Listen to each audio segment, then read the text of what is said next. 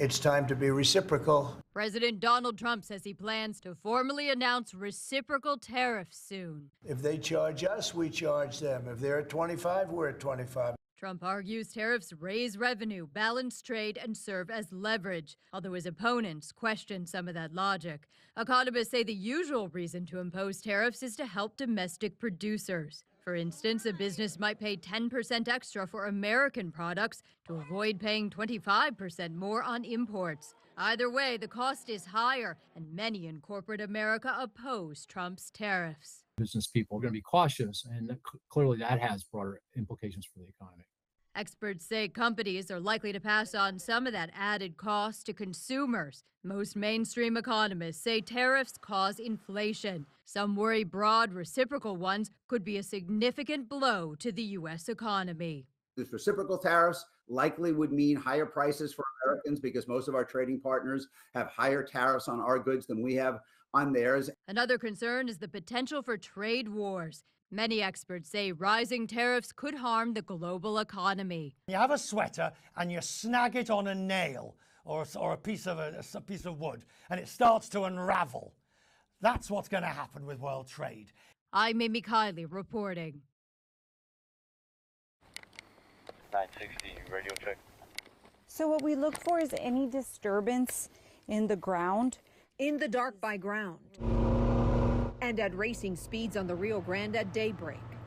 We had a shooting incident. Border Patrol agent Christina Smallwood shows us what border enforcement looks like in South Texas under Trump 2.0. Since the new administration started, how has your job changed? It hasn't. She still tracks smuggler hotspots and analyzes footprints from border crossers. Maybe evening hour foot traffic. So last night? Right. The most significant changes, she says, President Donald Trump ending the Biden-era CBP-1 app, which was used by migrants to enter the U.S. legally, and the de facto end of catch and release, a term for authorities releasing migrants into border communities after immigration processing. What is the biggest impact? Apprehension, detention, ultimately leading to removal. She says the de facto end of catch and release is not due to a directive from the president, but actually the result of extremely low migrant crossings and swift deportations. We spoke to a Border Patrol agent. Sister Norma Pimentel is the head of the prominent migrant respite center in the area, who over the years has received tens of thousands of migrants from Border Patrol under both Republican and Democratic administrations. So since Trump took office, the number of migrants released to are very few. Almost zero. Almost zero. Right. So practically the end of what they call catch and release. Correct. She says not zero, but close enough. Monthly migrant apprehensions on the U.S. southern border started declining over a year ago. Last summer, after the Biden administration essentially barred asylum and upped deportations, border crossings plunged further. Despite the sizable drop, President Trump declared a national emergency. Stop the invasion at our southern border. Citing in part a flood of migration, announcing tariffs, some of those now deferred, all while continuing an ICE enforcement blitz across the country's interior that has led to more than 8,700 arrests. In South Texas, Eddie Guerra, the Democratic sheriff of Hidalgo County, says the ICE blitz has taken 6 suspected criminals off the streets. What types of crimes? individuals with aggravated assaults, sexual assaults, indecency with children. The Republican mayor of McAllen, Javier Villalobos, has some reservations about another looming Trump policy. What concerns you most about the tariffs? Our economy, putting food on the table, inflation. Historically, migrant crossings are cyclical, which means the de facto end of catch and release could just be temporary. Take Trump's first term. Migrant crossings initially dropped, but then spiked in 2019. At the time, Sister Norma said Border Patrol was sending up to 1,000 migrants a day to her center, and ICE described it like this. A humanitarian and national security crisis, the likes of which we have never seen. Which raises concerns about yet another aspect of Trump 2.0, the move to freeze federal aid that nonprofits in cities like McAllen depend on during migrant surges. The city should not be footing the bill. Back on the Rio Grande with Agent Smallwood, all quiet after hours of patrol. Do you see any footprints? I don't. No activity this morning. Rosa Flores, CNN, along the U.S.-Mexico border.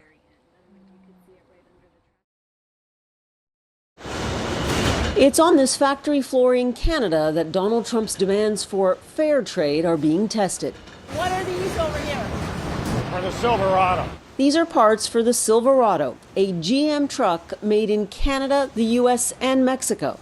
And they're made by Martin Rea, These are 1,000-ton stamping presses. a global auto parts supplier with thousands of workers in all three countries. Trump tariffs would strike at the very heart of this business and its workers in North America, says Executive Chairman Rob Wildeboer. President Trump would say, why Mexico? Why Canada? Why can't you just make it all in the U.S.? I don't know anyone in our company that wants tariffs between Canada, the U.S., and Mexico, because we work very well as a unit. We take care of our people everywhere. We make great parts in every jurisdiction, and quite frankly, we benefit from that. We've got some great plants in Mexico, in the United States, and in Canada. Do you believe a U.S.-made car then would be more expensive? Yes, for sure, for sure. That's the math, he says, a calculation made every day here as the threat of tariffs hang over one of the most prized manufacturing industries on the continent. Canada's auto industry directly employs at least 130,000 people in dozens of towns and cities, including Martin Rea's facility in Vaughan, Ontario, just outside of Toronto. They depend on these stable jobs, as do workers at this Martin Rea facility in the U.S. state of Kentucky. I'll put my U.S. hat on, right? Because we are an American supplier, we're a Canadian supplier, we're a Mexican supplier, but we have twice as many people in the United States as we do in Canada. And in a number of communities, we're the largest employer. So Hopkinsville, Kentucky, Jonesville, Michigan, and others, we're a big deal. We're a big deal locally. We take care of a lot of people. And I would say a lot of those people probably voted for President Trump. They liked his message of lower inflation, more jobs, stronger economy. But with the tariffs and so forth, they're getting higher inflation, less jobs, weaker economy. Despite that pitch, even employees here know what they're up against in the Oval Office. And some told us they approve of Canada standing up to the threat. It's going to hurt anyhow. It's like either you deal it right now or in future. And it's not just Canada. Trump is challenging the very template of free trade right around the world. The European Union can see what's coming their way. It has one of the largest trade deficits with the U.S. It, too, says it will respond firmly to any tariffs. But it is Trump's tough talk about an economic takeover of Canada that cannot be reconciled. What I'd like to see, Canada become our 51st state. It's triggered an uncommon anti-American backlash in Canada that may have legs. Booing the U.S. anthem, boycotting American products, all of it, so far, seems to have staying power. Well, I think it's ridiculous. We've been friends for years, traded for years, and then all of a sudden this happens. For Martin Rea's executives and its North American workers, tariffs could still be a reality within weeks, putting at risk a profitable business and good-paying jobs in the U.S. and beyond. They are asking President Trump, why mess with that? I really want this statue gone. Why? Because why should he be up there? Why isn't it a Greenlander up there? Trump wants to buy my country, Greenland. This is Kupanak Olsen. Today, Miko and I are having whale skin. She's known as Greenland's biggest influencer, and she's running in the island's upcoming elections. She's a native Greenlander, and for her this statue of an 18th century missionary is a daily reminder of Denmark's control of her country. So you would like to be independent of Denmark? Yes. But that doesn't mean you want to be part of the USA? No. I don't want to become a part of the USA. I definitely You don't want to be an American? No. Why not?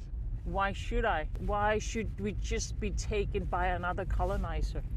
Native Greenlanders, or Inuits, make up almost 90% of Greenland's population. Is all this interest in Greenland because of Trump, is it a good thing or is it a bad thing? In my opinion, it's a good thing because it's speeding up our independence process, so I see it as a good thing. When the Nazis took over Denmark during World War II, the United States stepped in to protect Greenland. Americans died for this country. In my own family, my grandfather watched his shipmates die. Another sign of the US here is Tom Dans, who was appointed to the US Arctic Research Commission during Trump's first presidency. When Trump first brought up Greenland, people treated it like it was a joke. People thought, that's crazy.